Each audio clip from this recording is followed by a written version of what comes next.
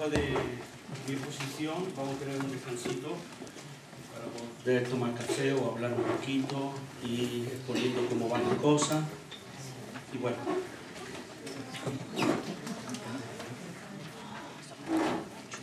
de verdad que estamos contentos con este tiempo en el que el Señor está avivando en nosotros este deseo de continuar haciendo la obra del ministerio, que es otra que la evangelización, y por ende el establecimiento de su iglesia allí donde estamos, o cerca de donde estamos. Así que damos gracias a Dios por este empujón, por este despertar, por este apoyarnos, ayudarnos, inspirarnos, para que continuemos. Así que seguramente para muchos de vosotros, sobre todo los pastores que están aquí, otros ministros, los que estamos compartiendo es algo ya muy manido o que lo habéis dado en vuestro propio estudio, pero siempre es necesario a título para recordarlo y también tener en cuenta quizá otros conceptos que a lo mejor en otro momento no lo hemos recibido, no lo hemos entendido y ahora podemos recibirlo y entenderlo. ¿De acuerdo? Así que estamos en familia y vamos con la ayuda y con la gracia de Dios a seguir hablando un poco de este tema que ojalá a través de él consigamos lo que nos hemos propuesto, que es sensibilizarnos, seguir sensibilizándonos con la misión y visión de mirar en nuestra gran Andalucía, o donde Dios quiera que miremos, y ver qué pueblos todavía, quizás muy cercanos a nosotros, pero que a lo mejor no necesariamente por cercanía, ni siquiera a veces hemos ido allí a repartir un folleto. Así que esa es la idea, poder mirar a nuestro alrededor y ver lo que se puede hacer, y luego también ver si nosotros somos los llamados por Dios para poder ser quienes pongamos la mano en el arado en ese lugar. El tema entonces que vamos a tocar ahora, el segundo, es ¿quién debe sembrar iglesias? Bueno, potencialmente todos podemos, en tanto y cuanto que la obra que nosotros hacemos y desarrollamos es por la gracia de Dios, por el poder del Espíritu Santo, por su capacitación, por los dones que nos ha dado. Así que en potencia todos somos firmes candidatos. Y me imagino, y lógicamente hay dos paradigmas o dos modelos opuestos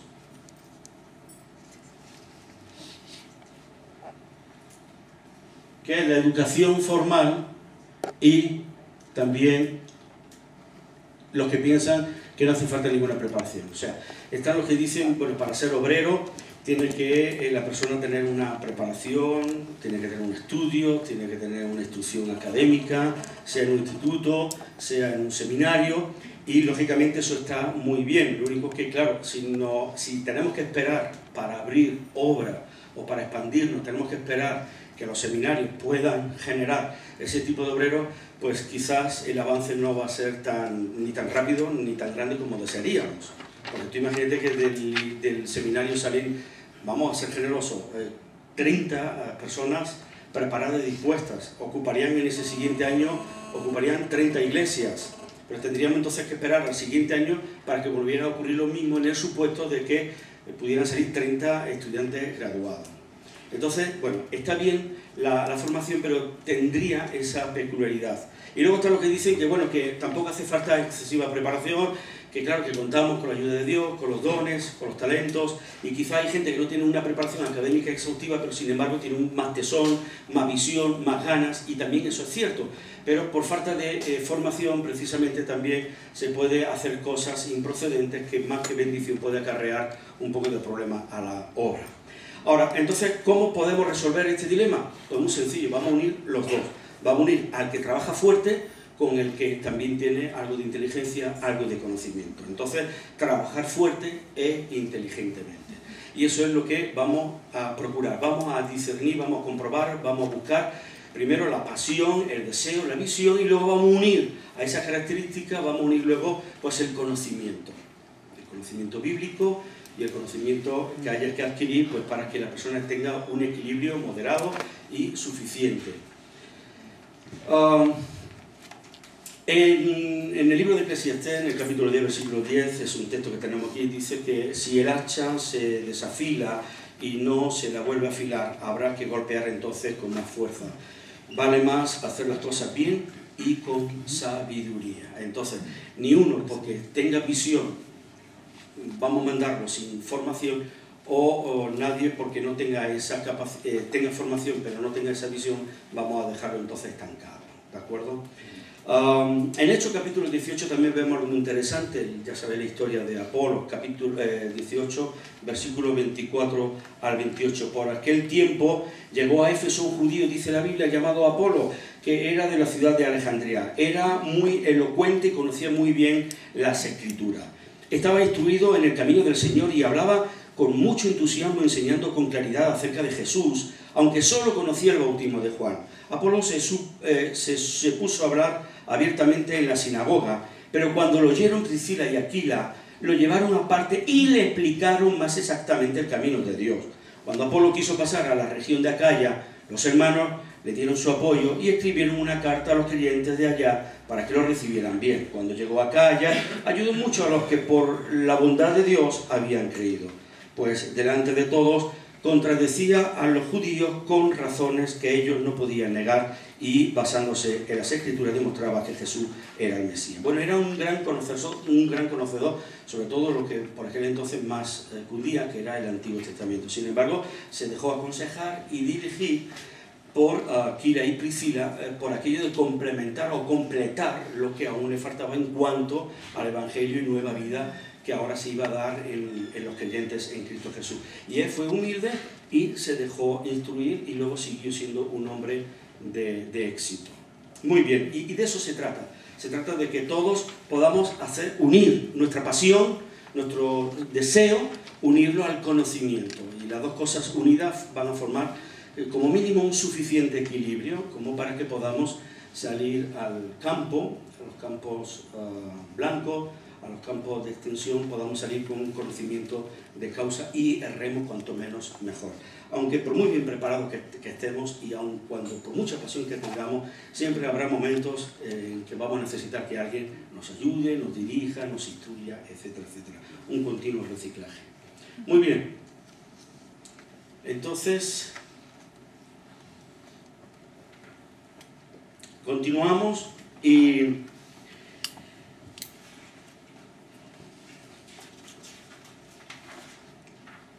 vemos ahora, en cuanto a la selección del sembrador, que la tarea de identificar y reconocer a un potencial sembrador de iglesia requiere que consideremos algunos elementos bíblicos y espirituales que deben estar presentes al seleccionar un candidato. Son aspectos ahora prácticos los que vamos a ir desarrollando y también vamos a ir comprobando a lo largo de este tiempo, entonces si yo reúno algún perfil o qué tengo que está bien con lo que se está compartiendo o en qué soy aún quizás deficitario, qué puedo aprender. Por eso vamos a hablar ahora de algunos aspectos prácticos en cuanto al perfil del sembrador. En primer lugar, vemos también en el libro de Hechos capítulo 13, 1 y 2 la necesidad de que nuestro trabajo sea el resultado no solamente de un deseo personal, sino que pueda ser el resultado de que Dios de alguna manera me ha seleccionado, me ha llamado para llevarlo a cabo. Y el texto ya es tan conocido de todo, Hechos capítulo 13, versículo del 1 al 2, que dice: había en la iglesia de Antioquía varios profetas y maestros, a saber, Bernabé, Simeón, apodado el Negro, Lucio de Cirene, Manaén, hermano de leche del tetrarca Herodes, y Saulo. Un día de ayuno, mientras celebraban el culto al Señor, dijo el Espíritu Santo: apartadme a Bernabé y Saulo para la tarea que les he encomendado. Muy bien, entonces un principio insustituible es que se necesita, para ser sembrador, un llamado.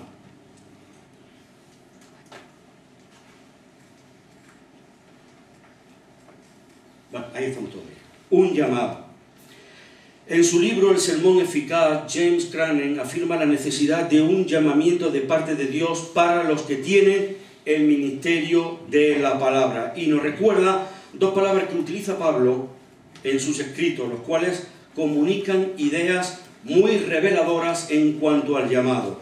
Y aquí vemos en 2 de Corintios 5, 18, 20, 1 de Corintios 1, 2, de donde se deducen estas dos características. Dice que todo se lo debemos a Dios, que nos ha puesto en paz con Él por medio de Cristo y nos ha confiado a nosotros la tarea de llevar esa paz a los demás.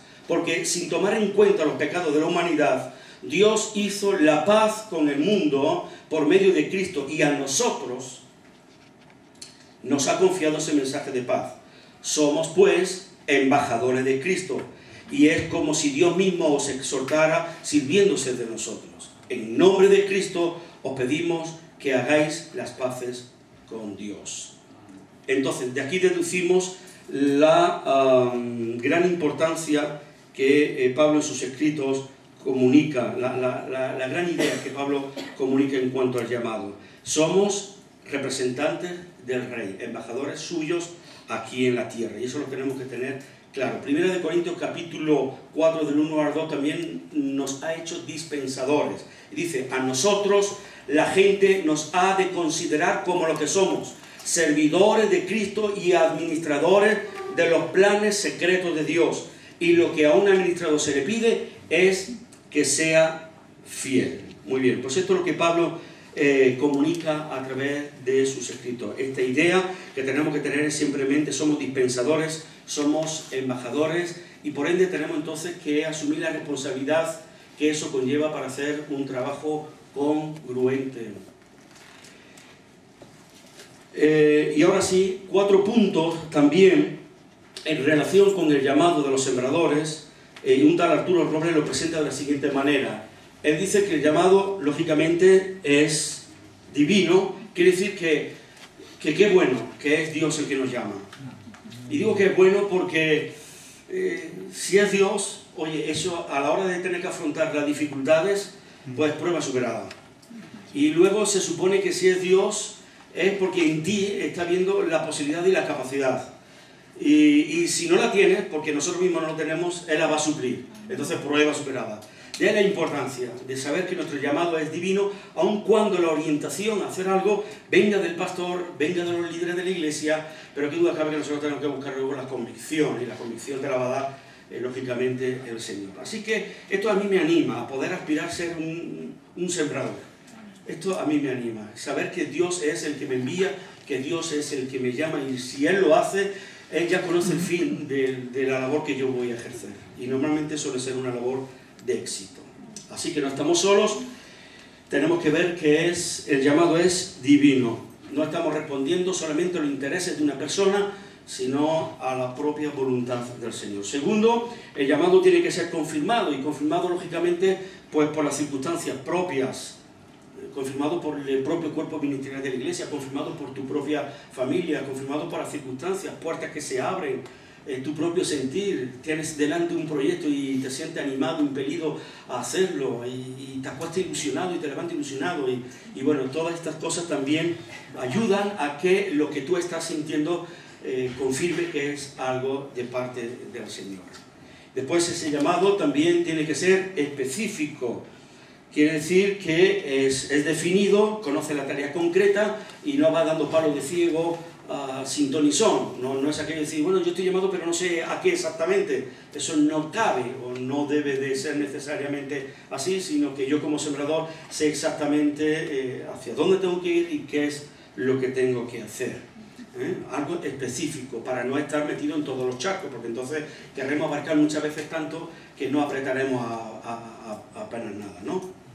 Así que específico. Si Dios te llama una cosa, tenemos que procurar que sea esa cosa y no incluirla con otras, porque entonces estaremos errando. Y luego, pues, que sea satisfactorio. Quiere decir, yo deduzco que va a ser algo que fluye. Te hace sentir bien, las cosas son predispuestas a salir bien, y bueno, esto podemos relacionarlo con que sea satisfactorio. Muy bien, y ahora vamos a ver en una rueda una serie de características prácticas de un sembrador exitoso. Para mí el hecho de que ya uno quiera ser sembrador, yo ya lo catalogo de exitoso, porque no todo el mundo quiere, La mía es mucha, pero los obreros son pocos. Así que qué bueno que para mí el primer paso de éxito es que alguien diga, Señor, heme aquí.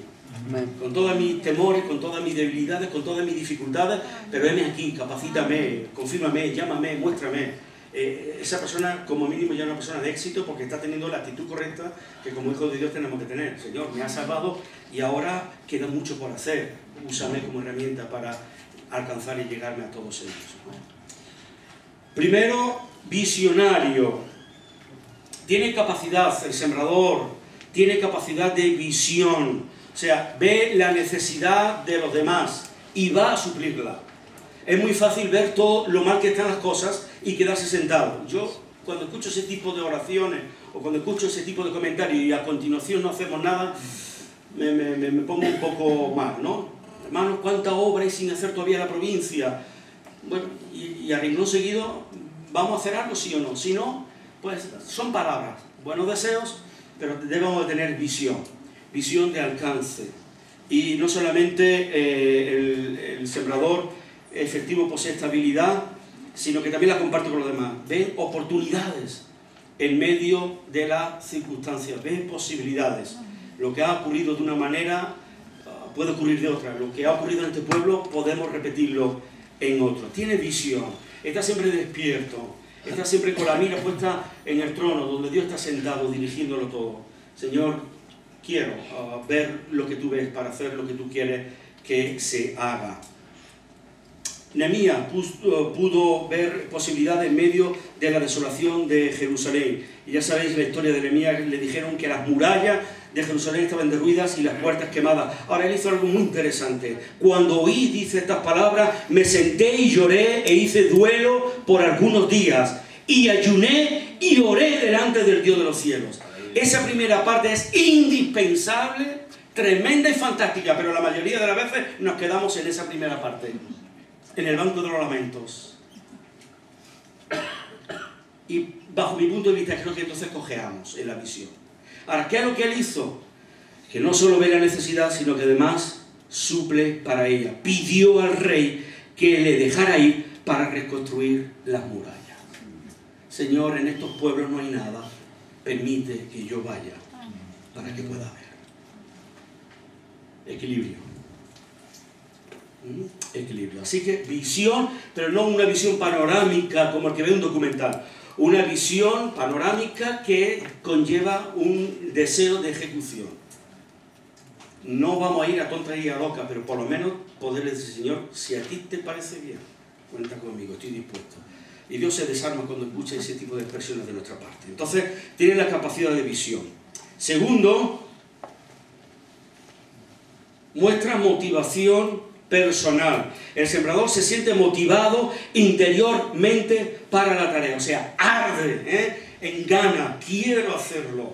Y esto, hermano, es tremendo, esto lo hemos experimentado muchos de los que estamos aquí, y seguramente todos, ¿verdad? Cuando Dios pone en ti una carga y deseo de hacer algo, es una experiencia muy agradable. Y sirve principalmente para confirmar que es Dios quien te está empujando a hacer eso. Motivación personal. El sembrador se siente motivado interiormente por la tarea. No depende de la motivación de otro para comenzar el trabajo que está por delante, ni de otro ni de la circunstancia. Sino que cuando uno está motivado, uno dice, conozco la dificultad, sé de la dificultad, la he probado, la he experimentado, pero continúo. Gloria a Dios por esa actitud. Motivación personal. Que algunas veces pueda ayudar a que incluso los que te rodean su poca fe aumente. Hermano, pues te veo tan convencido, yo tengo mis dudas, pero te veo tan convencido. Claro, si tú no estás convencido de algo, ¿quién te va a convencer? Áreas que ocupan al sembrador, el evangelismo, o sea, áreas en las que el sembrador tiene que involucrarse. Ahora, aunque sea mucha, uno no se sofoca porque se entiende que todo va en el lote. Si Dios te llama, Dios te capacita. Esa es una de mis máximas y una de mis conclusiones, y además extraída de la Biblia por donde quiera que la miremos. Si Dios te llama, Dios te capacita, porque prepárate, que no es tampoco el decir, yo soy el que estoy yendo aquí al pueblo, pero no es ir precisamente de paseo. El primer día sí, ¿verdad? Nos damos un paseo, lo vemos, miramos a la gente de diferentes maneras. A mí me pasa eso, ya cuando hablas con la gente ya está hablando con una oveja en potencia, y oye, sin darte cuenta te cambia tu palabra, tu actitud con ella. De otra manera, cuando vas a otro pueblo, oye, ¿dónde está la calle? Te no saben, vamos a ver. Oye, ¿dónde está? Pero cuando va al pueblo y no sabe dónde está una calle, esto no sabe nada, vámonos al siguiente. Y dice, bueno, muchas gracias, porque estás viendo que puede ser una futura oveja. Entonces, fijaros, vamos a estar ocupados en temas relacionados con el evangelismo. Preparación de sermones y estudios bíblicos, administración, ministerio pastoral, porque se supone que de inmediatez el que va a pastorear el primer resultado, eres tú, seas evangelista o seas un obrero. Familia, tiempo personal y otras responsabilidades. Y en el margen izquierdo, fíjate, lo voy a leer literalmente, dice, áreas que ocupan al sembrador, bueno, escrita por el tal Stratata. El sembrador enfatiza las responsabilidades del plantador, especialmente cuando la iglesia es más que un sueño y ya es una realidad. Él habla sobre lo agotador del trabajo del sembrador y sugiere que éste debe dedicar, atención, no menos de 15 horas semanalmente al evangelismo. Debe dedicar 10 horas para preparar los sermones y estudios. 10 horas a la administración y 15 horas a la gestión pastoral. En caso de que el sembrador sea bivocacional, o sea, que trabaje, no le está diciendo deja el trabajo, le está diciendo entonces vamos a quitar horas del otro para ver, o sea que agárrate, ¿no? Que decía en mi pueblo, agárrate que te atascas. Entonces, en caso de que el sembrador trabaje lo secular, este tal Stetzer sugiere que semanalmente entonces invierta unas 3 horas para el evangelismo, 2 horas para preparar los sermones y estudios, 2 horas a la administración y 3 horas por semana al ministerio pastoral. Estemos de acuerdo o no con este hombre, tenga en cuenta el tiempo de la familia, el tiempo personal y otras responsabilidades. Y ya tendrá una idea del por qué el plantador debe poseer autodisciplina y gran energía para los quehaceres que demanda su ministerio. Esto es porque, no sé si alguno va a decir, me lo has puesto de una manera que yo no sepa. Pero es que más vale que lo digamos aquí, que esto es así. Y todavía mucho menos. Porque este hombre no cuenta lo imprevisto. Y no cuenta los hermanitos que dicen, pastor. Y el pastor que le va a decir, no, estoy en mi tiempo de administración. Ahora no te puedo atender. Es más, es que no he puesto espacio para ustedes. Ah, sí, la obra pastoral. Espérate que la tengo de 4 a 5. Cuando la oveja te dice de 4 a 5, si yo me estoy muriendo ahora no tengo. Así que, chicos, preparados. Chicas, preparados. Bueno. Bien, pero esto es muy interesante, hermano, que lo tengamos en cuenta, porque hay funciones pastorales y hay funciones ministeriales, pues, muy deficitarias en este tipo de involucraciones. Esto es una sugerencia, lógicamente luego cada cual es, Dios sabrá cómo definir el ministerio, Dios sabrá también a dónde vas, qué vas a hacer, etcétera, etcétera. Pero es conveniente tener en cuenta esto. Muy bien, el ministerio es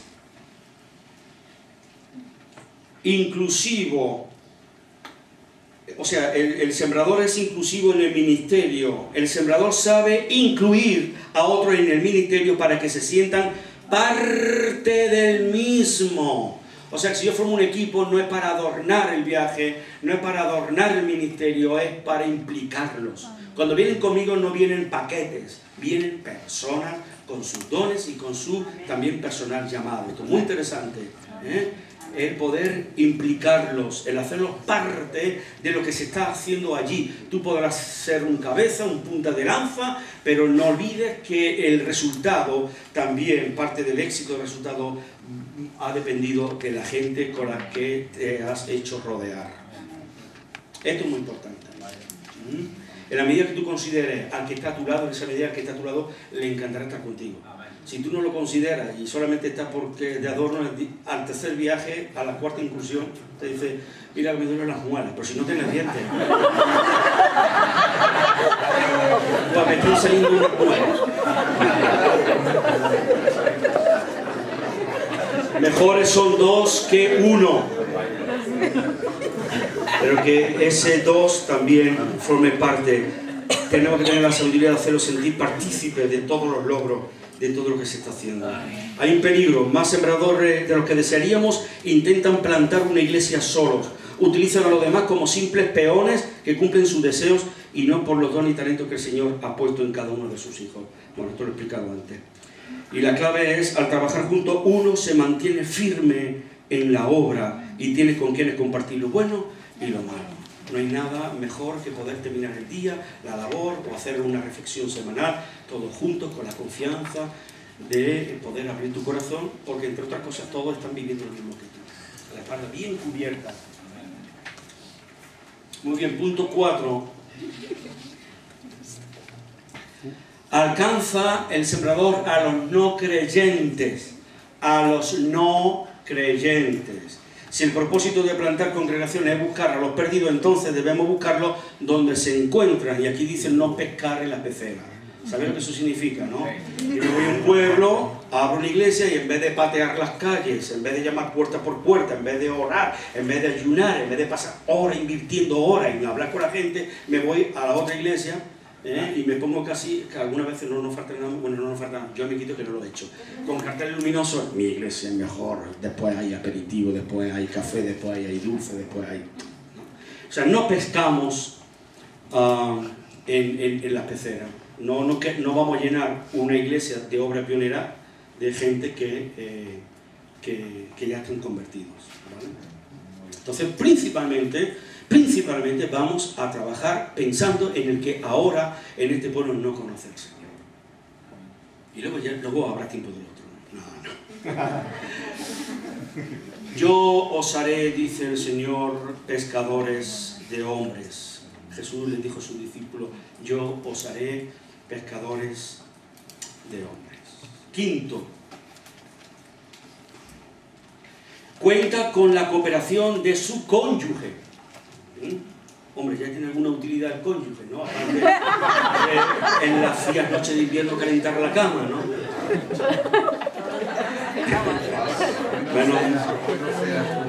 Wow. Bueno, cuenta con la operación de su cónyuge. El sembrador casado tiene el apoyo de su pareja y junto...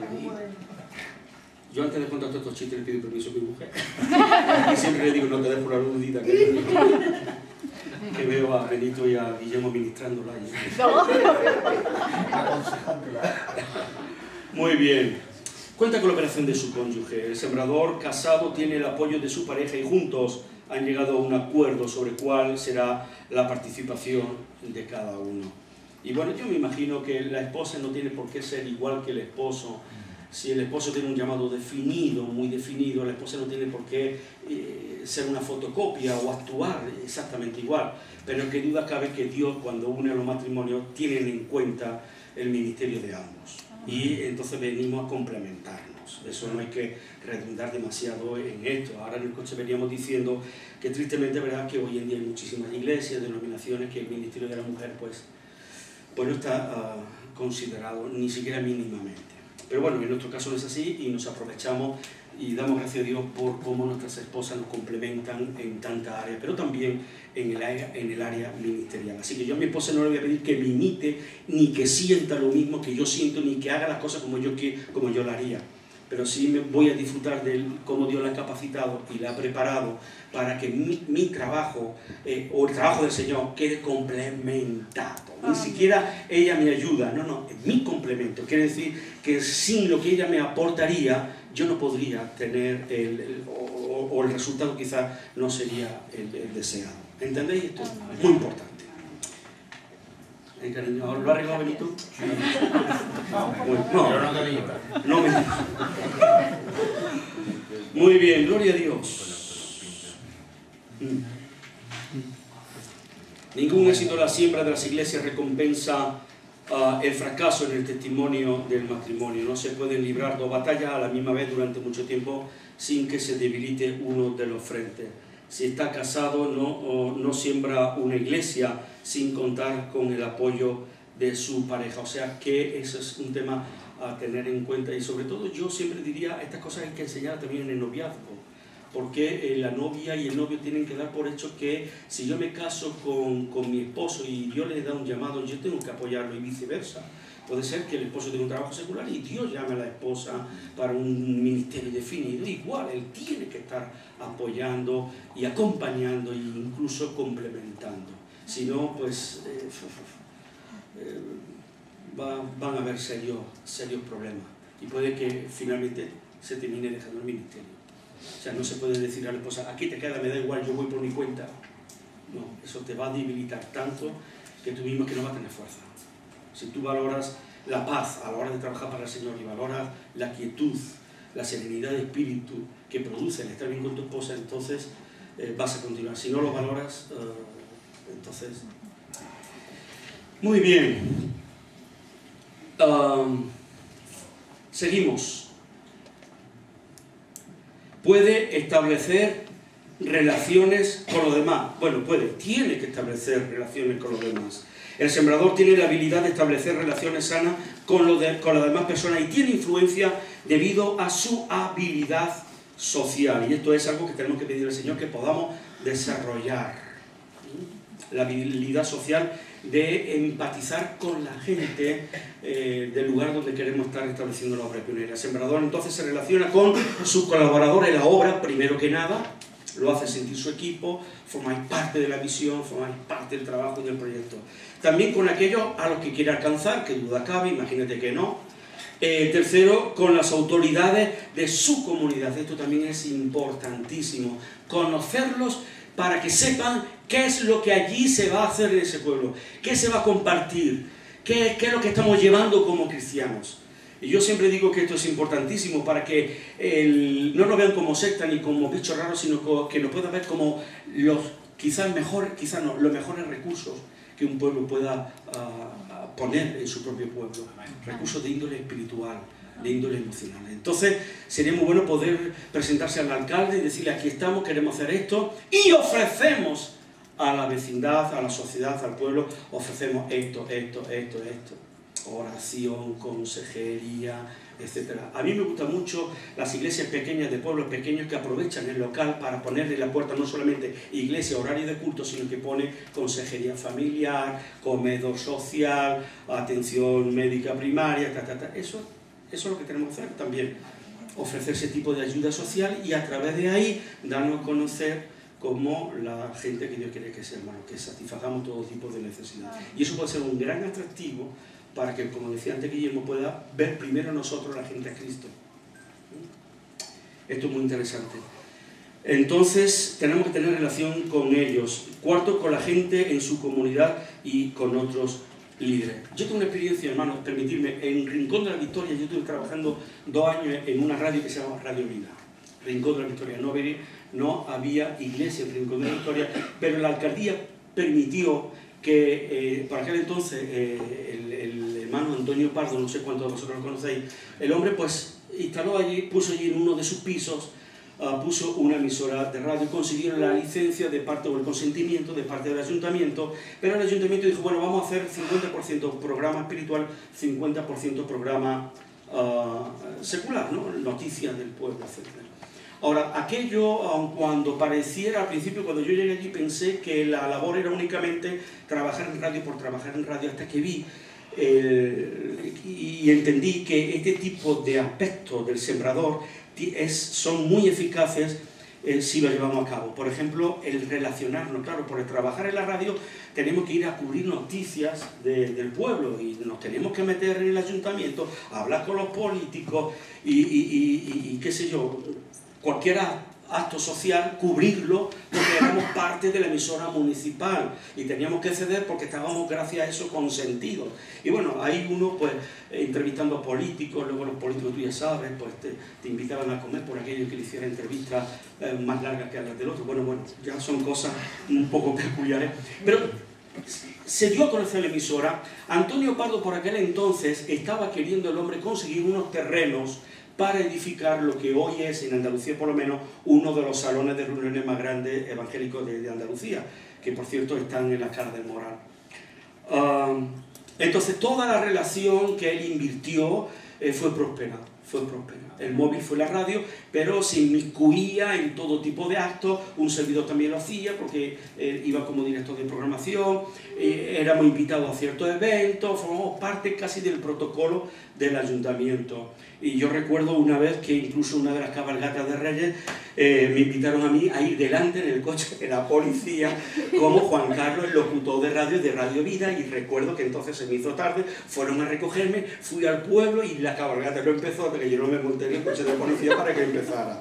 Pero interesante ver hasta qué punto es bueno el relacionarnos, el estar con ellos. Llegan a valorarte, llegan a quererte, y bueno, luego ya por ende la cantidad de cosas por locutor que era, la cantidad de fiestas que llegué a presentar y la cantidad de aspectos sociales donde intervenimos dirigiendo aquello. Bien, todo esto lo digo para que, hermano, el resultado fue la complacencia del ayuntamiento hacia los cristianos, por la involucración, por estar cerca de ellos, junto a ellos, participando con ellos, y entonces se dieron amablemente, pues ahí en la cara del Moral, se dieron unos terrenos donde después se pudo montar este gran polideportivo para que se usa como iglesia. Polideportivo porque la idea era evangelizar a través del deporte. Entonces, hoy en día hay una iglesia en la cara del Moral, hoy en día hay una iglesia en el Rincón de la Victoria, porque a alguien se le antojó que como cristianos tendríamos que inmiscuirnos, involucrarnos, etcétera, etcétera. No siempre tiene que ocurrir así, pero es positivo que podamos estar cerca de ellos para que ellos nos conozcan, sepan lo que podemos dar y se beneficien. Y después eso seguramente va a derivar en hermosos resultados. Muy bien, seguimos. Dedicado al crecimiento.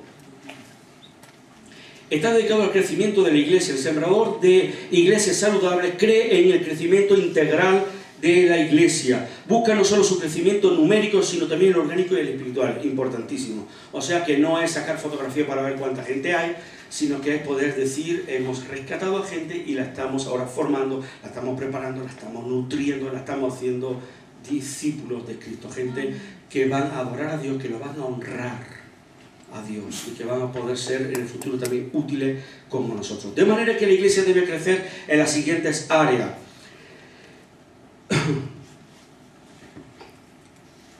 En el área espiritual, o sea, los miembros crecen espiritualmente. La iglesia debe de crecer orgánicamente, o sea, que la iglesia, como decía antes Guillermo, no se establece y Santas Pascuas, sino que la visión es, ya somos aquí un grupo, ¿dónde vamos a ser un futuro grupo? ¿En qué lugar? Y la iglesia tiene que crecer de manera exponencial. Eso significa, hermanos, que la iglesia tiene una meta de crecimiento, ¿de acuerdo? La iglesia debe de tener, toda iglesia debe tener una meta de crecimiento. Y el crecimiento exponencial determina cuántas iglesias nuevas quiero fundar y en cuánto tiempo. Y luego aplicar ese mismo baremo de cantidad y tiempo a las iglesias hijas. Por ejemplo, mi iglesia en Córdoba, decimos, queremos crecer en el año con 2 iglesias más. Muy bien, ha pasado un año y somos 2 iglesias. Entonces, crecer exponencialmente significa que el año siguiente voy a aplicar a esas 2 iglesias hijas el mismo baremo de crecimiento que la iglesia madre. O sea, ahora las iglesias hijas también crecen en un año otras 2 iglesias. Entonces ya tendríamos 4. Y así sucesivamente. Cada iglesia que derive de la iglesia madre se multiplica en el tiempo y en la cantidad que la iglesia madre se impuso. Y entonces el crecimiento puede ser, hermano, grandísimo, se nos puede escapar de las manos. Ahora, a lo mejor no llegamos a esa multiplicación tan fuerte, pero sí debemos tener en mente esa necesidad y ver también las posibilidades. Así que la iglesia crece espiritualmente, orgánicamente y exponencialmente. Muy bien, siguiente punto. El sembrador responde a la comunidad. El sembrador debe conocer cómo es su comunidad y cómo piensa atenderla. Aquí tiene que ver la estrategia de trabajo, la observación, la idiosincrasia del pueblo, del lugar, y luego entonces me siento y planifico para hacer un trabajo eficaz. El plantador debe responder a las necesidades de la comunidad, quiénes son, quiénes las habitan, cuáles son sus costumbres, cuál es su cultura, qué es lo que predomina en ellos, para poder hacer un trabajo efectivo. No podemos llegar a cualquier lugar de cualquier manera. Eso tenemos que cuidarlo, esto es fundamental. No se hace un evangelismo lo mismo en una iglesia grande que en un pueblo pequeño. Por ejemplo, en un pueblo de 1000 habitantes o de 500 o de 600 habitantes, yo no voy a llegar a priori con la iglesia a irrumpir en la plaza y hacer allí una campaña por todo lo alto, porque lo que puedo conseguir es una reacción totalmente contraria y que el pueblo ya me cierre la puerta. Entonces, ¿qué es lo que hace falta? Estrategia. Son poca gente, gente muy reservada, gente muy observante. Bueno, pues entonces un evangelismo relacional, un evangelismo personal. Pero tenemos que ver todas estas cosas, aparte de ver las necesidades que imperan en este tipo de lugares. El plantador, decía, debe responder a las necesidades de la comunidad. Esto lleva al sembrador a conocer cómo es su comunidad y cómo piensa atenderla. Las iglesias que se involucran y se enfocan en las necesidades de sus comunidades van a tener mayor penetración y aceptación de ellas. Lo que decía antes. Dice que en aquellos días, como había gran multitud y no tenían qué comer, dice el Evangelio de Marcos capítulo 8, 1 y 2, Jesús llamó a sus discípulos y les dijo: tengo compasión de la gente, porque ya hace 3 días que están conmigo y no tienen qué comer. Entonces Jesús ve una necesidad y conforme a esa necesidad suple. Y fue la manera en que consiguió que mucha gente le pudieran seguir, por lo menos para conocerlo. Él sabía que muchos luego no le iban a seguir, pero a él le interesaba darse a conocer. Y nosotros también podemos ver las posibles necesidades que puede haber en esas poblaciones, en esos lugares donde estemos: madre soltera, alcoholismo, drogadicción, soledad, injusticia, hambre, pobreza, problemas de vivienda, alfabetización, desempleo, etc. Era lo que decía antes, que nosotros como iglesia tenemos que no solamente ver los problemas, sino ver hasta dónde podemos suplir para esos problemas. Y muy interesante, yo estoy convencido, y los futuros años que me queden por trabajar en la evangelización y en obras pioneras, quiero hacerle notar al ayuntamiento y a la gente que somos alguien más que personas con connotaciones religiosas. Somos alguien con las capacidades de poder de verdad ayudar, ofrecer algo bueno que beneficie al resto de la comunidad y atender todo este tipo de necesidades o todas aquellas que pudieran surgir o ocurrir, ¿no? 9. Utiliza los dones de otros. El sembrador exitoso sabe utilizar los dones de otras personas en diferentes aspectos del ministerio. Motiva e involucra a los demás, que de esto hablaba también un poquito al principio, según sus dones para lograr mayores resultados. O sea, no hay una envidia, no hay competencia, porque lo ven como un complemento. Así que tú tienes lo que yo no tengo y viceversa. Entonces, cuando uno sabe exactamente qué es lo que tiene, pues entonces no tiene que echarlo a competir con nadie. Yo estoy aquí para complementarme. Ya sabéis, en el cuerpo todos los miembros son necesarios, ninguno en sí mismo es indispensable, sino que todos se necesitan y todos permiten y hacen posible que nuestro cuerpo funcione como funciona y podamos hacer lo que hacemos. Así que utilizamos los dones de los demás y nos alegramos de ello. Es flexible. El sembrador reconoce que las cosas nunca ocurren necesariamente tal como uno quiere, y esto ya hemos tenido tiempo de comprobarlo, y los que no, lo vaya a comprobar. Que las cosas, una cosa es desearlo y luego el resultado. Pero bueno, y mucho menos cuando se trata de sembrar una comunidad de creyentes. El sembrador muestra flexibilidad ante las situaciones que se asoman en el ministerio, y cuando quiere hacer las cosas rectamente, nunca puede despejar ese baremo, que puede que no salgan como uno espera. 2 recomendaciones. Trabajar con ser humano requiere flexibilidad, ya que cada persona tiene su propia voluntad, su propia idea y sus propios deseos. Y en un castizo andaluz es que cada uno es de su padre y de su madre. El sembrador no debe interpretar las sugerencias de otro como imposiciones, porque podría reaccionar de manera autoritaria. Siempre abiertos, queremos formar equipo, queremos ser ayudados.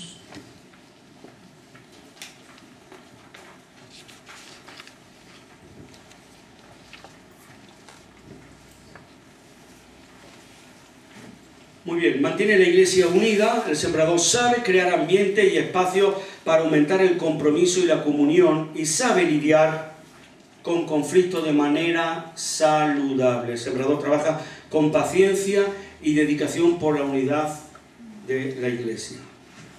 Bueno, son aspectos que si no los tenemos, los vamos a tener, ¿verdad? La paciencia, la cordura, la sabiduría. Y son cosas que, como decía, si Dios te llama, Dios te lo va a dar para lidiar precisamente con todos los problemas que se van a levantar. Pero el fin es mantener la iglesia unida. 12. Muestra adaptabilidad. El sembrador se adapta a su entorno y se identifica con su nuevo contexto. Debe ser romano entre los romanos y griego entre los griegos, ya sabemos. Pablo exigió a Tito que se sometiera a la circuncisión. Pablo, aun siendo griego, Tito le dijo que se circuncidara, ¿no? Para no ofender ¿a quién? A los judíos. Era una manera de ganarlos. Un buen plantador está dispuesto a dejar atrás su ciudadanía, entre otras cosas porque la nuestra ya es espiritual, señores. No peleemos más. Somos extranjeros, advenedizos. Así que podemos decir nací en España y por ende soy español, pero ahora mi ciudadanía pertenece a los cielos. Soy un hijo de Dios por encima de todo. Entonces, con esa perspectiva uno es más flexible a la hora de tener que ceder en sus costumbres, en sus formas. Un buen plantador está dispuesto a dejar atrás su ciudadanía, su cultura y sus preferencias, entendiendo su entorno y aceptando los cambios necesarios para alcanzar a los perdidos. Entonces no podemos ser rígidos porque haremos saltar a la gente que seguramente esté dentro. Luego lo privado me puedo hinchar de mate, luego ya lo privado podré hacer yo que sé cuántas cosas uno a título personal hace, ¿no?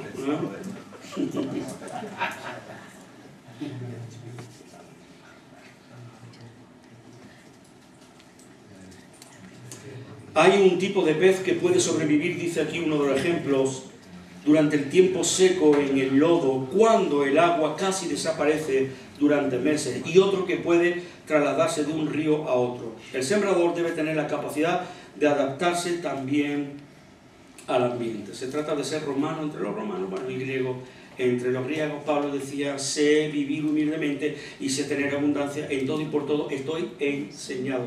Y habrá cosas que tendremos que aprender a pesar de nuestra edad. No todo está aprendido. Y una de las cosas que tenemos que aprender es esa capacidad de adaptabilidad, respetando el entorno donde estamos trabajando, respetando su horario, sus costumbres, sobre todo a priori. Luego ya habrá que regular todo aquello que no sea bíblico, por supuesto, sea pecaminoso, ahí ya con la palabra, con el amor de Dios meteremos mano, pero a priori uno pues se adapta. Muy bien, y ya estamos terminando el último número, el 12 más 1, soy supersticioso, no puedo decir 13.